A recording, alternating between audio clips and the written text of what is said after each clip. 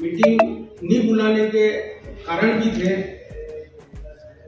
कि हम अंजुमन चुनाव को लेकर कहीं न कहीं हालात को सुधारने में लगे हुए थे और कुछ हालात हमारे अपनी पंच के लोगों ने खराब कर दिए।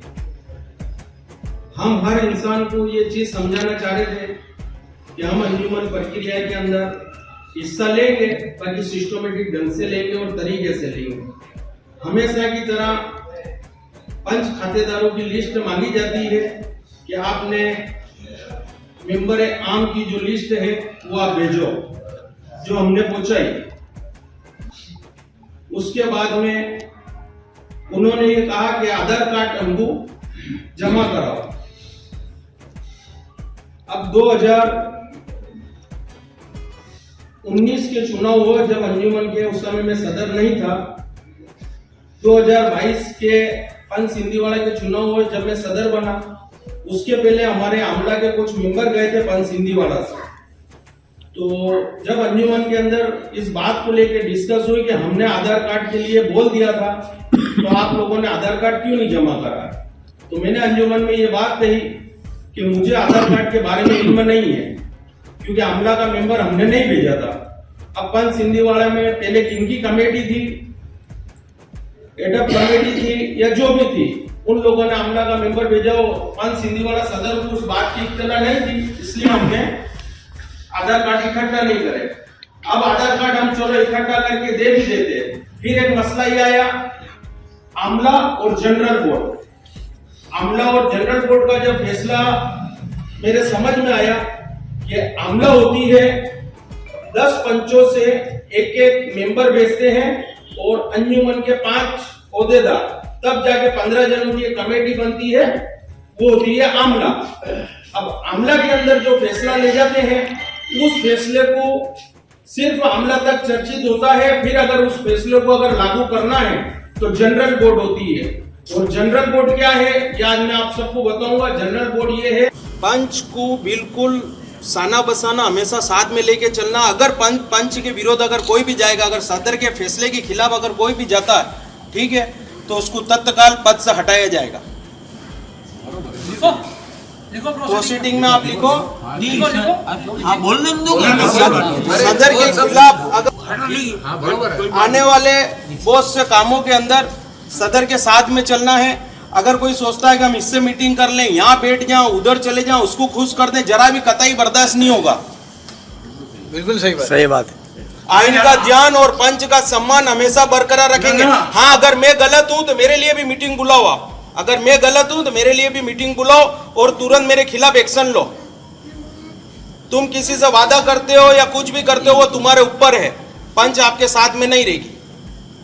वो तो जैसे देखो सदर है, सदर के और सदर को किसी भी मामले में कोई डिस्टर्ब नहीं करेगा। अगर सदर अगर गलत चल रहा है तो आप रोक दो उसको। अब सुनते हैं पंच सिंधीवाड़ा के सदर रियाजुद्दीन से उन्हीं की जुबानी।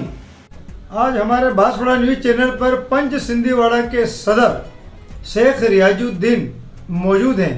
हम इनसे पूछना चाहेंगे कि अभी हाल ही में कुछ दिन पीछे आपने पंच लेवल पे एक मीटिंग की थी, उसमें से 2 लोगों के खिलाफ आपने एक एक्शन लिया है और कुछ कार्रवाई की है, तो अन्य कोई और लोग भी ऐसे होंगे तो क्या उनके खिलाफ भी आप कोई एक्शन लेंगे समाज स्तर पर या पंच स्तर पर? आपके चैनल के माध्यम से मैं मेरे पंच के लोगों तक और शहर के जितने भी मोअज़्ज़िज़ हज़रात हैं उन सब तक ये बात पहुंचाना चाहता हूं कि पंच सिंधीवाड़ा अपने आप में एक सक्रिय पंच है। जी बताइए। हाल ही में अंजुमन के चुनाव हुए, पंच सिंधीवाड़ा चुनाव लड़ना चाहती थी। अंजुमन की कुछ गतिविधियों को देख के कन्वीनर द्वारा जो अनियमितता बरती गई उसमें हम हिस्सा नहीं ले पाए। हम ये चाहते थे कि शहर के मुसलमानों का मुस्तकबिल इस अंजुमन से है और हमेशा बरकरार रहे। कन्वीनर साहब को हमने हर तरीके से कन्विंस करने की कोशिश करी और कन्वीनर साहब चुनाव प्रक्रिया आगे बढ़ाते रहे। हमने कन्वीनर साहब को ये मैसेज दिया कि आप पंचों को नहीं शहर के मुसलमानों को तोड़ रहे हैं। बाकी कन्वीनर साहब ने हमारी एक भी नहीं सुनी और वो अपना काम करते रहे। बहरहाल हमने जो पंच लेवल पे जो स्टेप उठाया है, हमारे जो 2019 में 29 मेंबर थे उनमें से 10-12 मेंबर पंच के बिना पूछे पुरानी लिस्ट को मानते हुए वो अंजुमन की जनरल बोर्ड में चले गए थे, जबकि उनको मालूम है कि पंच सिंधीवाड़ा अंजुमन के अंदर अनियमितताओं को देखते हुए हिस्सा नहीं ले पाई है। फिर भी उन्होंने पंच की नहीं सुनी, ना सदर के पास आए ना सदर से पूछा, पंच सदर से। तो उनके खिलाफ हमने ये एक्शन ली है।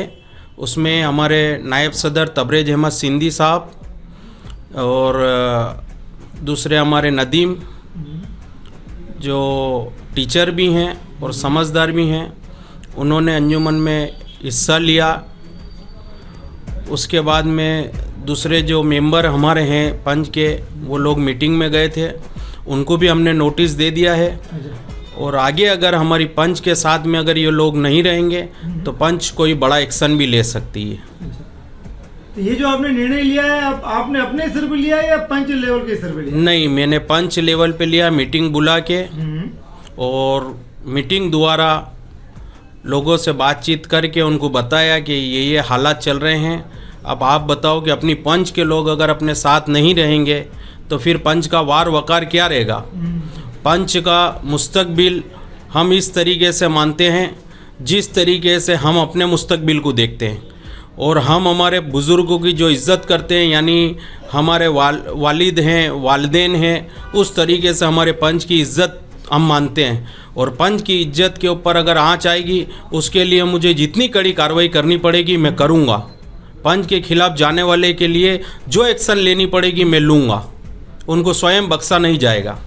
तो उन लोगों ने आपको कोई जवाब दिया या आपसे कोई सवाल किया है कि आपने इस तरह का निर्णय क्यों उठाया? उनको 1 हफ्ते का टाइम दिया है।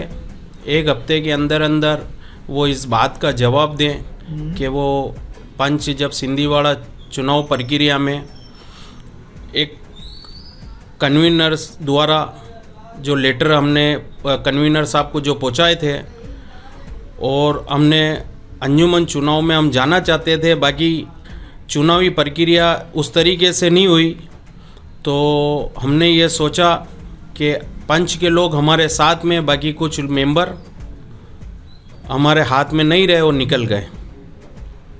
ठीक है, बहुत बहुत धन्यवाद आप जो बांसवाड़ा न्यूज चैनल पर पधारे। ये थे हमारे सामने पंच सिंधीवाड़ा के सदर शेख रियाजुद्दीन। बांसवाड़ा न्यूज चैनल को सब्सक्राइब कर लाइक और शेयर भी करते रहे।